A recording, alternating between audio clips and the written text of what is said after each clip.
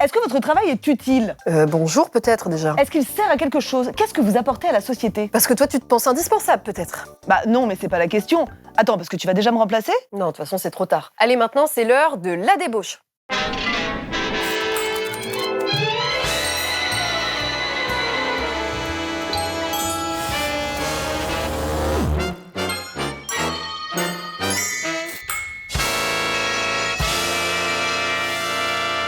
Dis-toi qu'un jour j'ai été embauchée pour tenir un plateau avec des verres de vin dessus. Les gens se servaient comme ça. On aurait mis un meuble, ça aurait été pareil. Mais du coup tu parlais pas aux gens. Ah ben non, surtout pas. Ok, moi un jour j'ai été une caméra de surveillance. Ah. C'est-à-dire qu'il y avait une fausse caméra de surveillance qui surveillait la station-service. Et moi, vraiment c'est moi qui devais regarder. Vous vous souvenez de ça? Elles sont des centaines à se lever à l'aube pour nettoyer et désinfecter les chambres des hôpitaux, les agents de services hospitaliers.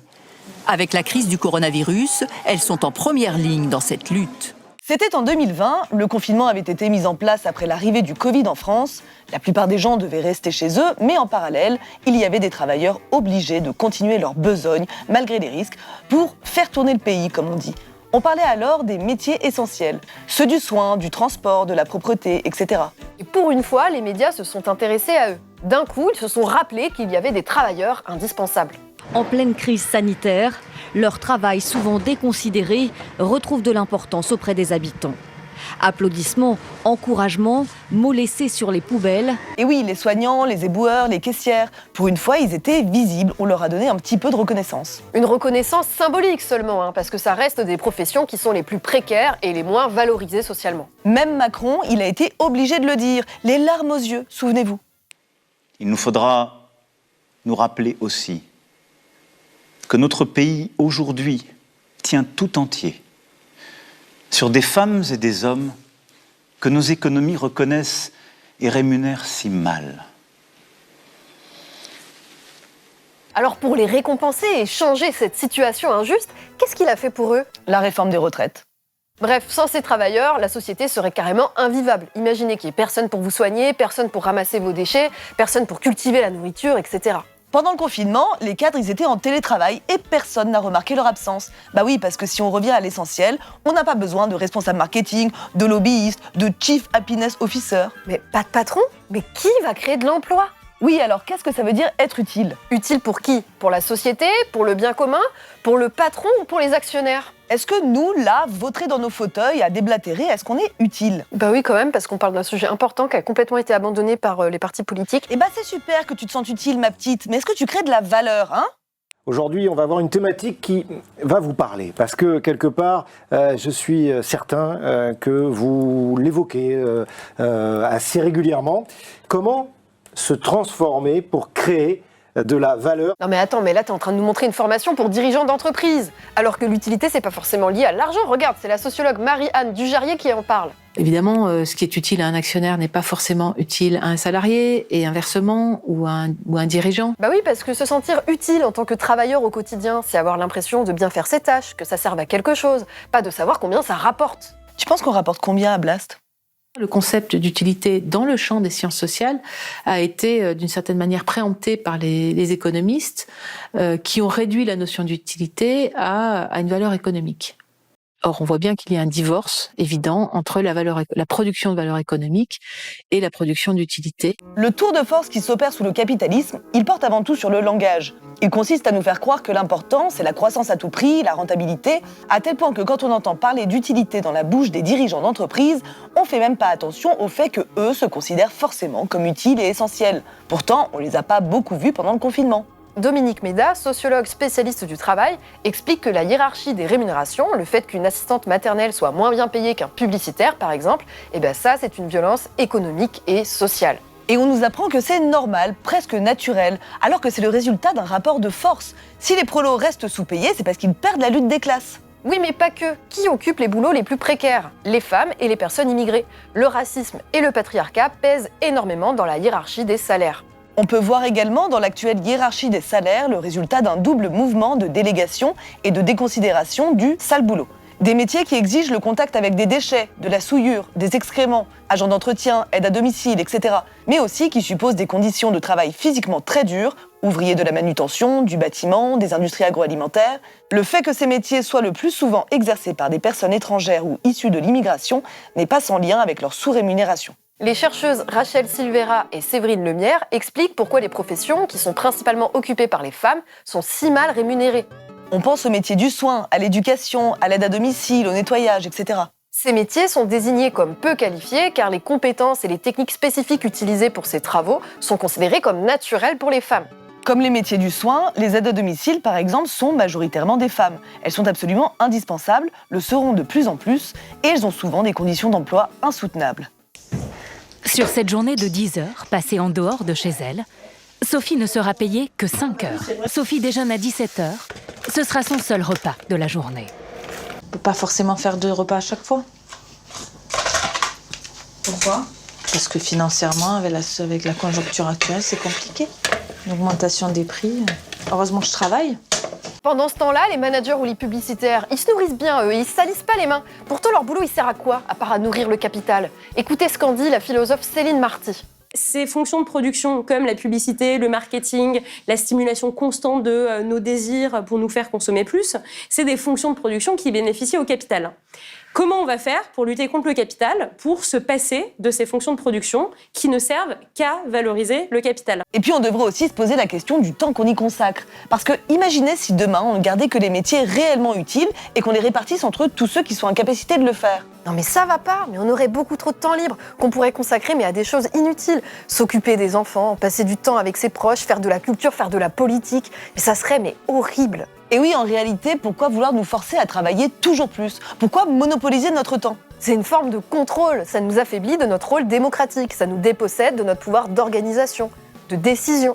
En parallèle, persécuter les improductifs, c'est aussi un choix politique. C'est aussi ça qui nous empêche déjà de prendre du temps pour penser à la politique, tout simplement. Ce rythme métro-boulot-dodo, il est épuisant. Il donne l'impression que la politique, c'est pas pour nous, que c'est pour les professionnels. On délègue notre pouvoir de représentation politique parce qu'on n'a pas le temps, l'énergie de le faire nous-mêmes, mais parce qu'on nous donne pas le temps et l'énergie de le faire nous-mêmes. Bah oui, si on est maintenu occupé et qu'on est épuisé, ça nous laisse beaucoup moins de temps pour nous intéresser à la politique, au syndicalisme, à la lutte, et ça arrange bien les capitalistes. La chercheuse Christine Herel explique en partie pourquoi on crée autant de postes inutiles, en rappelant que nous valorisons le travail pour lui-même. On détache la valeur sociale et la valeur monétaire, et qu'on ne sera reconnu qu'en passant par la souffrance au travail. Il y a plein de gens qui ne bossent pas. Il faut les forcer à aller travailler. Bon, ce que nous dit Darmanin, là, ça fait partie de la fable néolibérale. C'est la fameuse valeur travail. Il faut travailler pour travailler, peu importe ce que tu fais, peu importe si ça a du sens, l'important c'est de se mettre au boulot. Il y a un paradoxe, c'est que la valeur travail peut amener en fait à faire n'importe quoi, à n'importe qui, à n'importe quelle condition. Pour ceux qui veulent à tout prix nous mettre au travail, l'utilité est d'abord liée à la productivité. Il faut produire des richesses. Dont tu ne verras jamais la couleur en plus. Heureusement, des militants, des syndicalistes, des chercheurs et même des économistes demandent de nouveaux indicateurs. C'est le cas par exemple de la sociologue Dominique Méda dont on vous parlait tout à l'heure, qui elle souligne que l'utilité est toujours perçue comme individuelle, jamais collective. Elle pense qu'il serait plus juste de voir l'utilité d'un point de vue social. Ça permettrait de prendre en considération plein de choses, comme l'empreinte carbone ou l'entretien du lien social. À côté de tout ça, il y a aussi beaucoup de travail inutile à la société, voire même nuisible, et c'est assez dingue quand on y pense. Combien de métiers sont nocifs pour la santé, pour le tissu social, pour l'écologie ? Déjà, rien que le gestionnaire de patrimoine, son job, c'est de nous priver d'argent public. Et tous ces boulots-là qui sont dédiés à la communication des marques, on n'en peut plus. À quoi je sers ? Est-ce que ce job apporte du bonheur aux gens ? Est-ce que créer des sites publicitaires m'épanouit pleinement ? Est-ce que si mon métier disparaît un jour, quelqu'un va s'en rendre compte ? Ah bah oui, on va s'en rendre compte, oui. Parce qu'on aura enfin la paix, on va enfin pouvoir respirer un petit peu. Non mais attends, essaye d'avoir un peu d'empathie avec le témoignage. Est-ce que j'ai payé une école de commerce à 30 000 € pour envoyer des mails ? Non mais elle s'attendait à quoi en fait ? Ah tu vois, t'as déjà perdu ton empathie. Oui, ok, alors il y a plein de gens qui souffrent d'avoir des métiers inutiles ou nuisibles. Vous connaissez peut-être le concept du bullshit job. C'est une idée développée par l'anthropologue David Graeber et qui a eu un certain succès. Un bullshit job, en gros boulot à la con, c'est un travail qui n'a aucun sens, soit parce qu'il ne sert à rien, soit parce que les employés n'ont rien à faire. I define a bullshit job as one where even the person doing the job can't really justify its existence. If that person believes that if the job did not exist, it would make no difference at all, or the world might be a slightly better place. C'est super que ce concept soit devenu populaire, mais il a pas mal d'angles morts. Oui, Graeber, finalement, il a juste survolé la question de l'utilité au travail, et puis surtout, il n'a pas fait de terrain. En revanche, nous en France, on a un bouquin solide sur le sujet. Ça s'appelle Boulot de merde, du cireur au trader, enquête sur l'utilité et la nuisance sociale des métiers. Dans ce livre Boulot de merde, les auteurs Olivier Siran et Julien Brigaut, qui sont journalistes et reporters, se sont appuyés sur une étude britannique de 2009 commandée par la New Economics Foundation, qui compare la valeur sociale des métiers avec leur rémunération. Dans cette enquête, on parle de retour social sur investissement et ça explique que les métiers précaires rapportent beaucoup plus de valeur que la majorité des métiers bien rémunérés. Un exemple qui revient souvent, c'est la comparaison entre une infirmière mal rémunérée et un publicitaire qui se fait un max de fric. L'infirmière réalise un travail essentiel, indispensable. Et même si on veut penser rentabilité, son travail permet d'éviter énormément de problèmes de société et donc de réaliser des économies. Le publicitaire, lui, il va apporter quoi à la société? Rien d'utile, voire même des dépenses et des choses néfastes, puisqu'il pousse à la surconsommation, relaie des clichés, génère des frustrations et pollue nos espaces. Si le travail de l'infirmière disparaît, on est bien dans la merde. Alors que si le travail du publicitaire il disparaît, ce serait bénéfique pour tout le monde. Et il y en a plein des comme ça. Le trader, comme son cousin conseiller en défiscalisation ou gestionnaire de patrimoine, c'est quelqu'un qui détruit de la valeur sociale, qui exerce une activité nuisible à la collectivité. Et ça peut aller très loin. Il y a des mecs, leur job consiste à empêcher les autres de bien faire leur travail. Et dites-vous que c'est ça qu'on nous présente comme le meilleur système, le plus optimisé. Les métiers reconnus, appréciés, utiles à la collectivité, se dégradent du fait de la prolifération de statuts dérogatoires au Code du travail, du fait de l'externalisation, du fait de méthodes de management qui font la chasse au gaspillage, au temps mort, à tout ce qui n'est pas considéré comme productif ou rentable.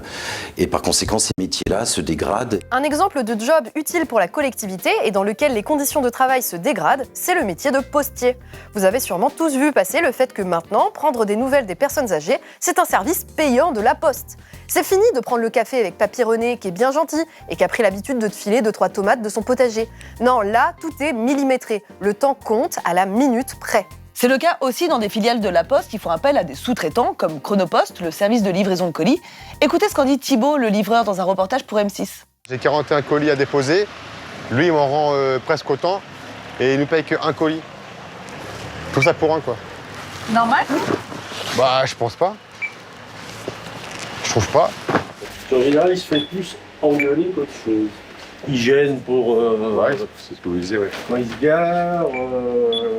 Voilà. Il n'a pas le choix. Il n'a pas le choix. Dans ce reportage, on voit que la plupart des livreurs n'ont même plus de points sur leur permis. Bah oui, les cadences sont tellement infernales qu'ils n'ont pas toujours la possibilité de respecter le code de la route. La dégradation des conditions de travail dans ces métiers utiles socialement, ça met pas seulement en danger les travailleurs, ça met en danger les gens autour aussi. Peut-être, mais chercher à optimiser des quotas plutôt que de prendre soin des gens, figure-toi que c'est un métier aussi.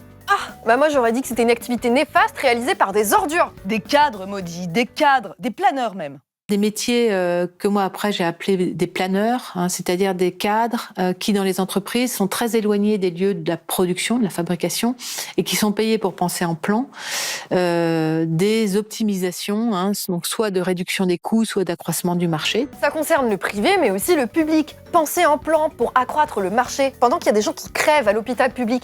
Mais ces gens, ils dorment la nuit? Bah oui, puisqu'ils vont pas sur le terrain. On fermait des lits d'hôpitaux, on disait la santé ça doit être rentable.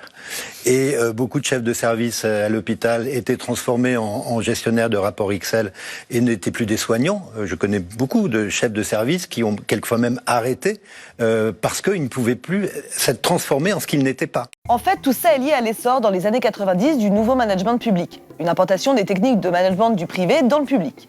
Vous couplez tout ça à une libéralisation, une marchandisation et une privatisation des services publics, comme l'explique la sociologue Nadège Vézina dans son ouvrage Le service public empêché, et là, vous obtenez des travailleurs qui ont l'impression qu'on sabote leur travail, que plus rien ne fait sens. Parce qu'un paradoxe aujourd'hui, c'est que généralement les femmes et les hommes qui vont vers le service public, c'est précisément pour se sentir utiles, et que paradoxalement, ces professionnels, bien souvent, du fait de cet encadrement par des dispositifs de gestion, sont empêchés d'être utiles, empêchés de faire leur métier. Bon, mais pour mieux saisir le danger des techniques d'optimisation des services publics blindés d'indicateurs, le mieux c'est peut-être de prendre un exemple concret. Tiens, bah là on a le travail d'une psychologue sociale, Pascale Molinier, qui parle des soins en personnes âgées. Dans un établissement hospitalier, à partir du recueil des plaintes des familles, a été compté le nombre de prothèses dentaires ou auditives perdues qui coûtaient très cher aux assurances de l'établissement. La direction s'en est tenue à une description comptable assortie de menaces, de sanctions, sans réfléchir aux raisons pour lesquelles les prothèses des personnes âgées partaient dans les draps, les alaises en papier, les protections urinaires, etc. Les patients et les patientes ont donc été hospitalisés sans yeux, sans oreilles et sans dents, ce qui se passe de commentaires. Là où la direction aurait pu se servir de l'indicateur prothèse perdue comme entrée en matière pour chercher à comprendre ce qui n'allait pas du côté du travail, on ne l'a pas fait. Le travail a été ignoré, non reconnu dans ses difficultés. Après l'action des soignantes, l'indicateur est bon, mais la qualité de vie des patientes s'est dégradée. Non mais t'imagines, t'as voulu faire soignant pour prendre soin des gens et tu te retrouves à les laisser malentendants volontairement. C'est l'horreur. Bon, depuis tout à l'heure, on vous parle des cadres, des managers, des planeurs, en vous disant que c'est en partie de leur faute si les conditions de travail se dégradent. Mais ils en pensent quoi, eux? C'est quoi leur vision de l'utilité? Pourquoi est-ce qu'ils se pensent aussi indispensables et méritants? Votre métier de manager est particulièrement difficile parce que votre travail de manager, c'est exactement de faire travailler les autres. Eh bien, je vais vous dire, les autres, travailler, ils préféreraient pas. Genre sans eux, les gens ils travailleraient pas, c'est ça? Ils se laisseraient mourir sur leur canapé en mangeant des chips. Bah ouais, mais un jour des chips, il y en aura plus. Qui c'est qui va cultiver les patates? Qui c'est qui va les mettre en sachet? Qui c'est qui va les vendre? Non, c'est trop grave, sans les managers, on va tous mourir de faim. Attends, je crois que t'es pas prête pour la suite là. Vous savez, au fond, gardien d'esclaves, ça devait pas non plus être drôle tous les jours. Oui, mais manager, c'est quand même beaucoup plus difficile. Parce que justement, ce ne sont pas des esclaves, ce sont des salariés. Autrement dit, le fouet fait défaut. Mais c'est qui ce type? C'est André Comte-Sponville, un ancien marxiste devenu philosophe médiatique selon Wikipédia, et qui gagne un max de fric pour des conférences du genre qui sont habituellement rémunérées entre 5 000 et 10 000 euros. Petite pensée pour l'infirmière. Comment est-ce qu'on fait pour donner un sens au travail, étant entendu que personne, ni les salariés qui cherchent le bonheur, ni l'entreprise qui cherche le profit, étant entendu que personne ne cherche le travail pour le travail? Eh bien ça, c'est exactement le problème du management. Eh bien en fait, il dit la même chose que nous. On n'a pas les mêmes intérêts si on est employeur ou travailleur. Ouais, mais lui, il a choisi son camp. Bref, lève-toi, bouge-toi le cul, va bosser. Eh oui, parce que tes chips, vont pas se faire toutes seules en fait. Bon, mais sur la question de l'utilité dans la société, ils en disent quoi les patrons? Les vrais, pas les traîtres marxistes qui sont vendus à la bourgeoisie. On a longtemps cherché, on a eu du mal à trouver parce qu'en fait c'est une question qui intéresse pas les patrons visiblement. Regardez, on a quand même trouvé la réponse d'un patron, un vrai, il a même été un chef du MEDEF, Michel Joncker. Est-ce que donner du sens au travail, c'est pas donner à chacun un sentiment qui est très personnel d'utilité?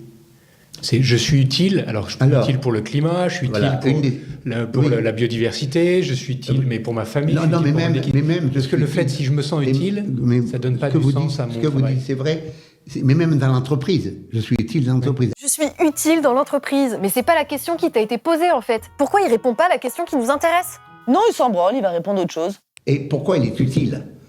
Pour satisfaire le client.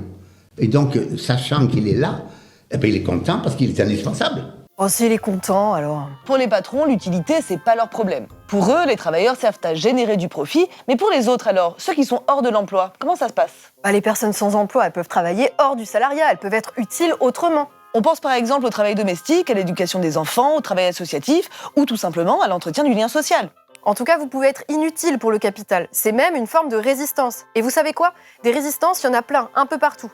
Un exemple qui a été médiatisé en 2022, c'est celui des diplômés de l'école d'ingénieurs AgroParisTech qui ont fait un discours pour expliquer qu'ils ne voulaient pas participer au métier auquel on les a destinés, du travail nuisible au service du capitalisme. AgroParisTech forme chaque année des centaines d'élèves à travailler pour l'industrie de diverses manières, trafiquer en labo des plantes pour des multinationales qui renforcent l'asservissement des agricultrices et des agriculteurs, concevoir des plats préparés et ensuite des chimiothérapies pour soigner les maladies causées, inventer des labels bonne conscience pour permettre aux cadres de se croire héroïques en mangeant mieux que les autres, développer des énergies dites vertes qui permettent d'accélérer la numérisation de la société tout en polluant et en exploitant à l'autre bout du monde. Ces étudiants refusent de participer à ça. Des fois, ils refusent des postes privilégiés parce qu'ils ont envie de faire quelque chose de bénéfique pour la société. Ces jobs sont destructeurs et les choisir, c'est nuire en servant les intérêts de quelques-uns. En revanche, on ne nous a jamais parlé des diplômés qui considèrent que ces métiers font davantage partie des problèmes que des solutions et qui ont choisi de déserter. Et puis c'est quoi finalement l'utilité ? Par exemple le travail des artistes. Bon, on n'en a pas vraiment besoin pour survivre et puis ça rapporte rarement dans les poches des actionnaires. Après, on veut pas d'une société où on va juste survivre, il faut vivre aussi. Donc oui, on a besoin des métiers artistiques. Par contre, il s'agirait de le répartir entre tous, parce que c'est pas normal qu'il y en ait qui aient des métiers passion pendant que les autres y souffrent. Au-delà des formes de résistance, qui sont parfois des choix individuels, on pourrait carrément repenser collectivement l'organisation de la société, et surtout de notre rapport au travail.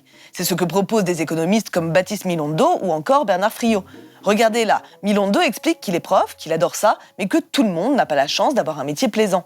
Et tout le monde devrait accéder à un panier équivalent de rémunération sociale, symbolique et économique. Moi, je suis enseignant dans le supérieur, je suis très bien payé.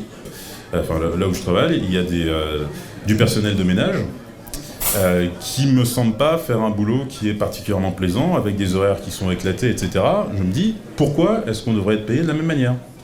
Ça me semblerait juste, alors d'une part qu'on partage les tâches, encore une fois, supprimer, partager, etc. Et en dernière instance, que ces tâches pénibles soient mieux rémunérées. Baptiste Milondo, ce qu'il propose, c'est une rémunération à la pénibilité, plutôt qu'une rémunération liée à la qualification. Aujourd'hui, le travail manuel est peu valorisé alors qu'il éreinte les corps. Après, attention à pas tomber dans le cliché, les métiers manuels, c'est pas forcément des métiers subis. Il y a certains de ces métiers qui sont choisis et qui peuvent être très valorisants. C'est quand même hyper stylé de savoir construire une maison ou réparer une voiture. Par contre, les tâches comme le nettoyage ou le traitement des déchets, c'est considéré comme du sale boulot. Et effectivement, ça peut être pénible et dangereux. Alors ce serait bien que tout le monde le fasse. Qui acceptera encore de faire les tâches pénibles à notre place ? C'est ça en fait la vraie question. Parce que si on se pose la question, ça veut dire qu'en fait aujourd'hui, il y a des gens qui sont chargés de réaliser ces tâches pénibles et ils préféraient sans doute faire tout à fait autre chose que de réaliser ces tâches pénibles. Mais ils n'ont pas le choix. Oui, il y en a qui sont pour le service militaire, mais personne ne se pose la question du service de nettoyage. Non mais ça passera jamais. Les gens qui font les métiers les plus pénibles, ce sont toujours les mêmes. Ce sont les catégories, ce sont les immigrés, ce sont les pauvres, il devrait y avoir aussi un système de rotation de ces métiers qui sont les plus pénibles. Bon, répartir les tâches, d'accord. Mais si on veut repenser l'organisation du travail, il s'agirait aussi de se répartir la pénibilité, la dangerosité, le temps de travail. Les plus aisés achètent le temps des autres et achètent tout simplement le fait que les gens prennent des risques à leur place. Il y a là toute une géographie sociale très problématique qui invite à revoir drastiquement la hiérarchie des métiers et leur rémunération.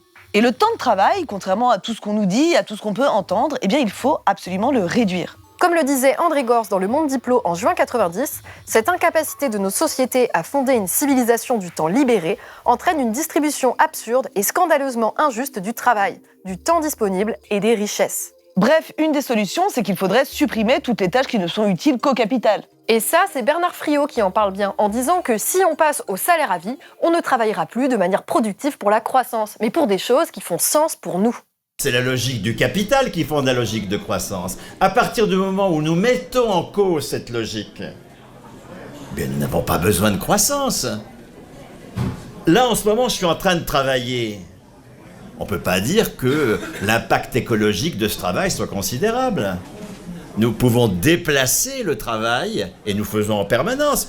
Si le lien social devient du travail, ma foi, nous n'avons pas besoin d'impact écologique sur la planète. Définir ce qui est utile ou non comme travail, c'est en fait très politique. Donc pour que l'utilité sociale soit reconnue, il faut sortir d'une logique capitaliste. Voilà, devenez anticapitaliste. Voilà, on espère que cette émission vous a plu, qu'elle vous a donné peut-être un petit peu d'espoir pour une transformation du monde du travail. En attendant, nous on se retrouve le mois prochain, et puis n'hésitez pas à faire un don à Blast. Je me présente, je m'appelle Sonia et je suis happiness manager pour la compagnie.